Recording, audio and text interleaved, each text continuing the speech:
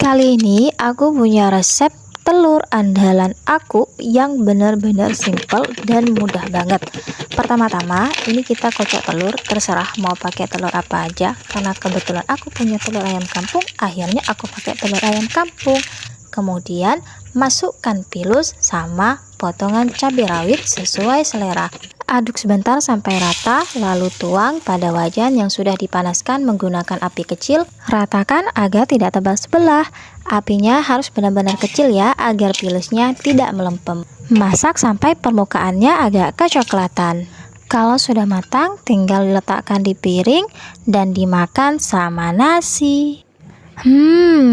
Enaknya.